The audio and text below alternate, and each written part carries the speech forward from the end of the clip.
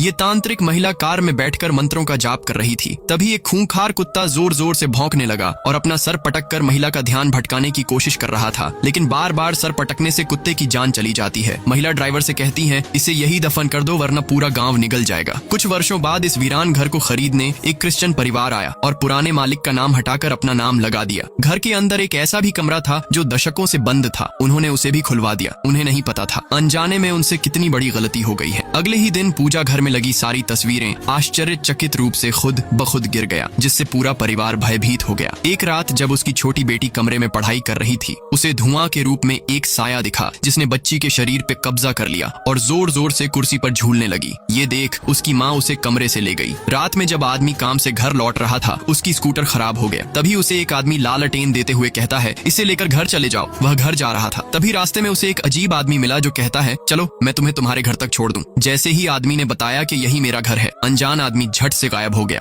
ये आदमी घर में सो रहा था, तभी उसे एक डरावनी आवाज सुनाई दिया। आदमी आवाज का पीछा करते हुए नीचे आ गया। जब वो पर्दा हटाकर देखता है, बाहर उसकी बेटी कुआं से पानी निकाल रही थी। आदमी भागते हुए घर से बाहर आता है, तभी उसे जोर जोर से हंसने की आवाज आती है। आदमी देखता है तो छत पर उसे भूतों की एक पूरी फैमिली दिखती है, लेकिन अगले ही पल सारे भूत गायब हो जाते हैं। तभी बालटी कुंगा में गिर जाता है, जिससे आदमी को लगा उसकी बेटी कुंगा में गिर गई। वो कुंगा में झांक के बेटी को आवाज लगा ही रहा था कि तभी पीछे से कोई अनजान शक्ति उसे नीचे गिरा देती है। रात के 2 बज रहे थे, जिसके कारण उसकी आवाज किसी को सुनाई नहीं पड़ता। अगली सुबह जब उसकी पत्नी जगती है, उसे बेड पे पति नहीं दिखता, इसीलिए उसे ढूंढते हुए घर के बाहर आती है। तभी उसे कुआं के अंदर से पति की आवाज सुनाई देता है। जब वो देखती है, उसका पति अंदर गिरा है। महिला के चिल्लाने से पास के 2 आदमी उसे बाहर निकालते हैं। जब से ये परिवार इस घर में आए थे, हर रात कोई न कोई घटना इस घर के परिवार वालों के साथ हो ही रहा था। दरअसल ये घर शापित था, इसलिए इसके मालिक ने इसे सस्ते में बेचकर इससे छुटकारा पा लिया था। ये दोनों बच्चे खेलने के लिए रात में बाहर निकल जाते हैं, लेकिन छोटी बच्ची को ये नहीं पता होता कि उसके साथ वाली लड़की एक आत्मा है। इसीलिए अनम्मा को वो अकेले जाते हुए दिखी। रात में अकेले बच्ची को देख अनम्मा उससे नाम पूछकर कार में बैठा लेती है। जब वो उसे घर छोड़ने जा रही थी, तभी रास्ते में उसे बच्ची की माँ मिल गई। अनम्मा महिला को भी गाड़ी में बैठाकर घर तक छोड़ देती है, लेकिन अनम्मा को उसके घर में दुष्ट शक्ति का आभास हुआ। वो तुरंत कार लेकर वहाँ से निकल जाती है। जब रात में ये बूढ़ी महिला सो रही थी, अचानक से कुर्सी खिसक कर उसके पास आ जाता है। ये देख वो बहुत डर जाती है और अपने बेटे से कहती है, बेटा कमरे में कोई है। उसका बेटा कैंडल जलाकर कमरा देखने जाता है, लेकिन तभी उसका कैंडल बुझ जाता है। वो फिर से कैंडल जलाता है, तभी उसके पीछे एक साया दिखता है जो तुरंत धुएं में गायब हो जाता है। तभी अचानक से कुर्सी हिलने लगता है। ये देख आदमी बहुत डर जाता है। वो कमरे से भागना चाहता है, लेकिन तब तक बहुत देर हो चुका था। दरवाजा खुद ही बंद हो जाता है। वो डरते हुए इधर उधर देख ही रहा था कि एक चुड़ैल उसके सामने प्रकट होती है और उसे उठाकर ले जाती है।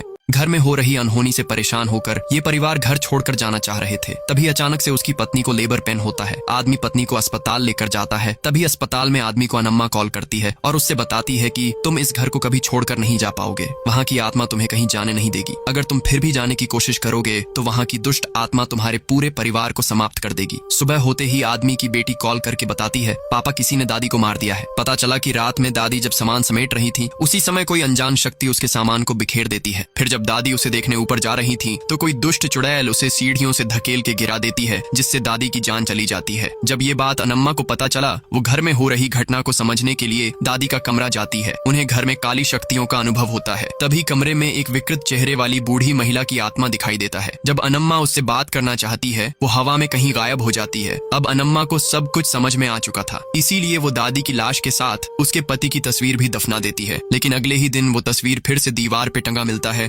अनम्मा घर की जांच करके पता लगाती है कि इस घर में कई दुष्ट शक्तियों का वास है जो उन्हें घर छोड़कर जाने नहीं देगी। जब वो घर के बगल में लगे पीपल के पेड़ को छूकर देखती है, उसे अतीत में हुई इस घर की सारी घटनाएं आंखों के सामने नजर आता है। उसे पेड़ के नीचे 2 बच्चों की आत्मा दिखाई देता है। अनम्मा को पता चला कि 60 साल पहले एक हंसता खेलता परिवार इस घर में रहता था, लेकिन महिला का पति बेवड़ा था। वो पत्नी के साथ मारपीट करता रहता था। महिला की सास भी उतनी ही बुरी थी। उसे घर में लड़का चाहिए था, इसीलिए उससे घर की बच्चियों की खुशी देखा नहीं जाता था। वह अपने बेटे को महिला के खिलाफ भड़काते रहती थी। उसकी पत्नी फिर से पेट से थी। वो पत्नी को धमकाते हुए कहता है, इस बार तुम मुझे बेटा नहीं दोगी तो मैं तुम्हें तेरी बेटियों के साथ जिंदा जला दूंगा। एक दिन महिला की सास जादूगरनी को बुलाकर बच्चे का लिंग जानने की कोशिश करती है। जब जादूगरनी अपने शक्तियों से देखती है, उसे पता चलता है कि इस बार भी बेटी है। कसाई ये सुनकर अपना आपा खो देता है और महिला को मारकर बच्चे को निकाल लेता है। निर्दयी आदमी यही नहीं रुकता, वो अपनी बाकी बच्चियों को भी एक एक करके मार देता है। पाप का प्रायश्चित करने के लिए जादूगरनी नवजात शिशु को दफन कर देती है।